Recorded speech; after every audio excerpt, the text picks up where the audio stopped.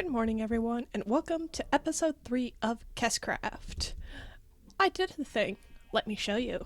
Last time I noted that the barn was feeling a little bit overcrowded, so I freed it up a little bit.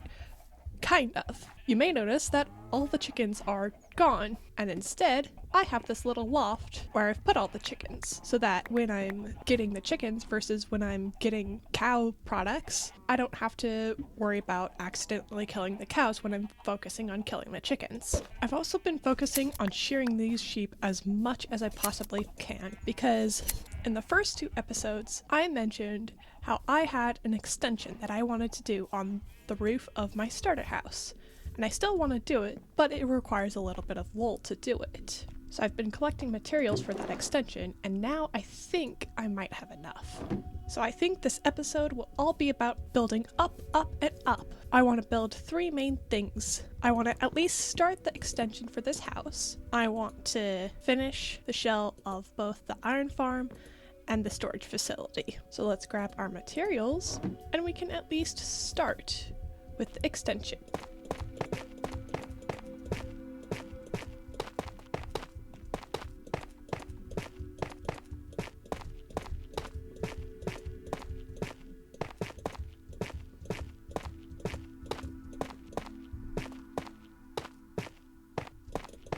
Okay, the first little bit is mostly done.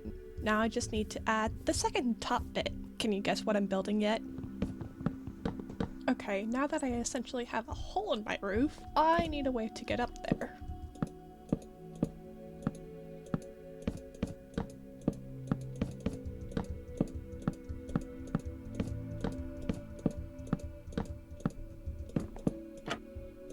I think this takes the cake for the strangest staircase I've ever made in Minecraft.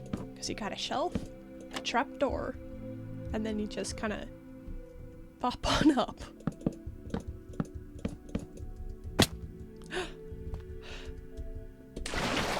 My guy's in the world! Hello, buddy! I didn't even notice he hatched. Hatched? Come on. I'll tie you up there for now. Don't go far.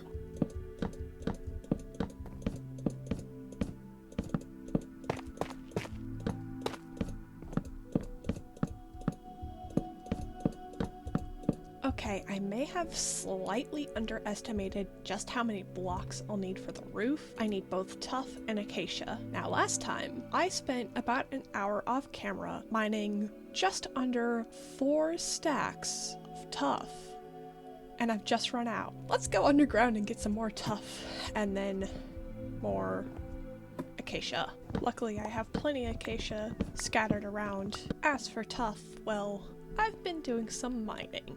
And that big cave where I found the diamonds last episode has a bunch of tuff. Now hopefully I can get enough to finish off my build from this chunk. There we go, a stack and 17. Now hopefully I have enough materials to finish this roof off.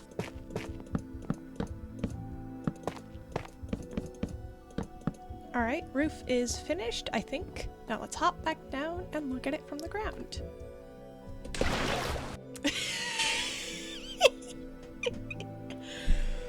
I did not build that big enough. Okay. It looks so silly. It looks so silly. Okay. Let's get more materials and fix that shelf. Oh. Gas screw up. Hello, bud. I'll address you in just a sec. Don't worry. Can't get over how ridiculous this looks. I've also just realized that now since my happy cast is big, I can use him instead of just building up and down again. So let's do that. Oh, look at me! Oh, I love him. Okay, let's fix this silly looking roof.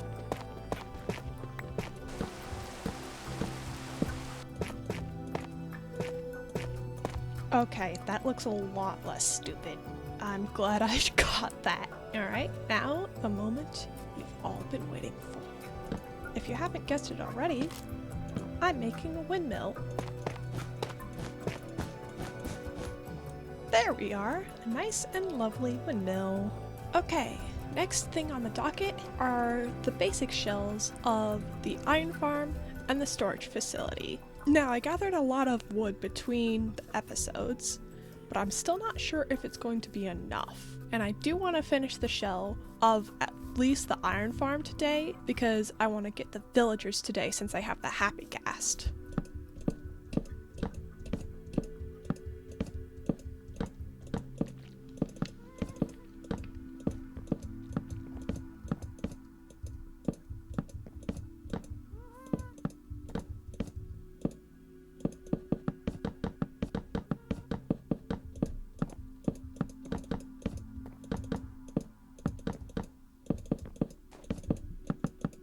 Okay, basic outline for that structure is done. I'm not going to do the roof right now because I ran out of materials while I was building the extension to my starter base, so I know I don't have enough materials for both these. So what I'm going to do is I'm just going to build the wooden parts and get the villagers.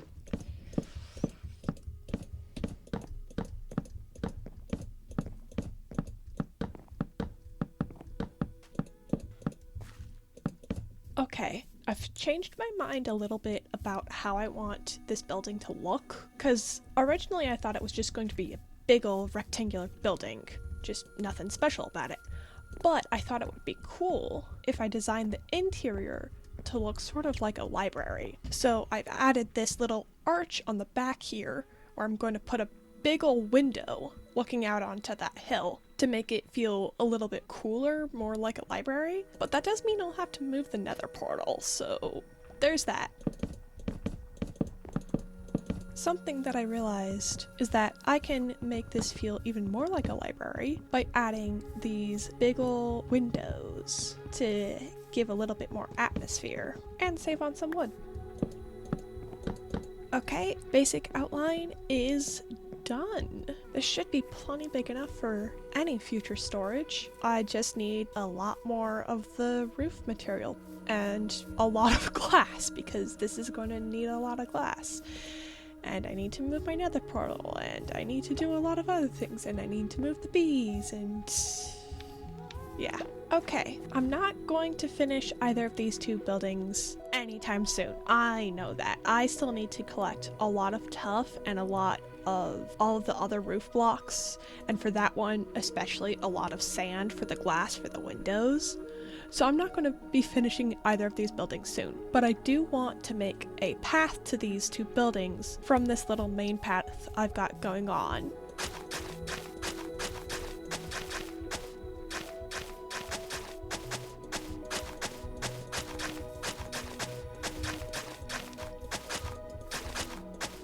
Okay, there we go. The path is done. It's looking rather nice, if I do say so myself. Now I think what I'm going to do is on this side of the wheat field, I'm going to replace the wheat with rows of potatoes and carrots. Okay, as the potatoes and carrots grow, I'm going to slowly replace this whole side with potatoes and carrots. Okay, next step in the plan, get myself some villagers.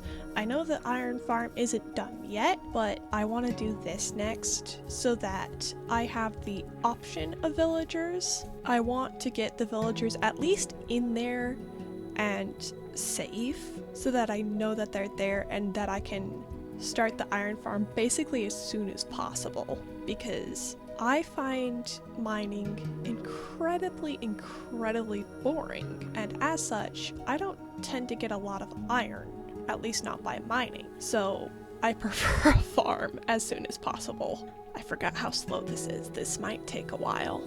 Okay, it was actually much quicker finding the village than I thought. Turns out it's a lot easier to go over the land than across it. This still might take a while though. Alright, one villager yoinked. Second villager acquired. Now I just need to make sure they're in the same boat. Oh, no. Frick on a stick, get back in there. Where did that villager go? Luckily for me, there's hundreds of villagers here. Go outside, touch some grass. And by grass I mean the boat. Get in the boat. Hey look, there's a shiny bed. Yes, he's in the boat, finally. Okay, finally. We're on the same page, we're in the same boat. Oh, maybe not. Okay, they're both zombie villagers. That one is drowned. Okay, the zombie villager I can deal with. Attempt to get a villager round 2. Alright, let's hope that I can get these guys in the same boat this time. Okay, the villagers are finally in the same boat, and now we can finally go home. Alright, now comes the easy part of just pressing W until we're home. There we are, home sweet home. This actually looks so cool from above, I'm not gonna lie. I can't wait until I get the roofs on those 2 new buildings. It's gonna look so cool. Okay, now that I've got the villagers in place, I want to start setting up the iron farm. Okay, I actually don't really know the science behind building one of these things, so instead I'm going to follow a YouTube tutorial by Waddles. I believe I'm pronouncing that correctly. So let's get building.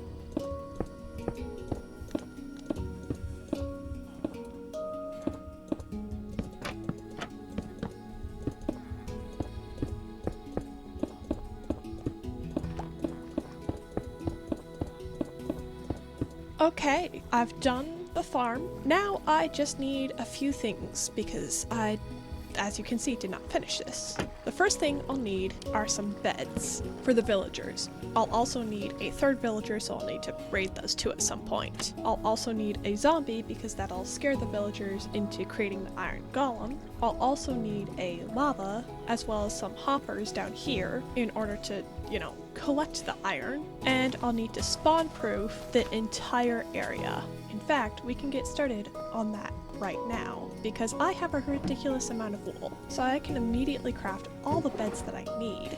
Now I'll need a couple of signs plus some hoppers. Okay, I only actually have enough iron to make 2 hoppers, which might be an issue, but at least we can get the signage down.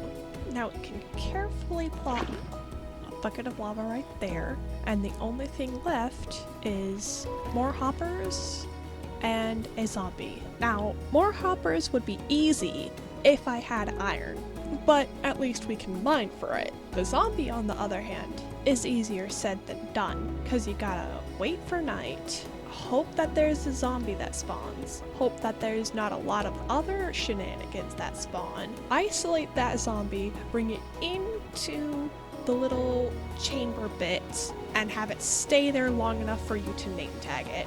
Now, thankfully, name tags have become craftable.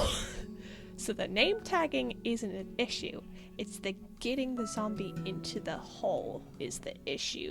While I wait for it to be night, I can at least go and grab some sugarcane so that I can craft a name tag so that the zombie doesn't despawn on me. I just gotta find some sugarcane. I actually think there was some over here on the other side of this hill. Let's go see. Yes, there is sugarcane down here. Perfect.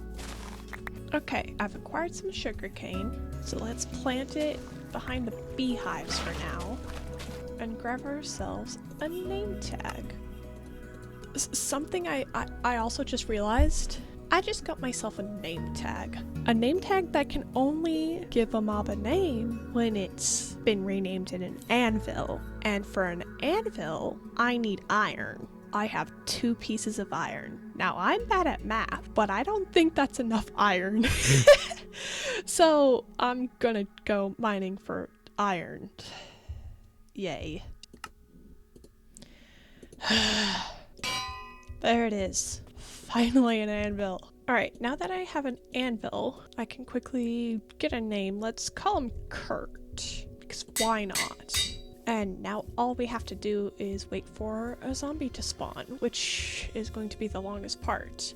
So what I actually think I'm going to do is get a zombie off camera because it'll take a while and it's a very long and boring and tedious process. So I'm going to end the episode here. Thank y'all so much for watching this episode of Kes Craft.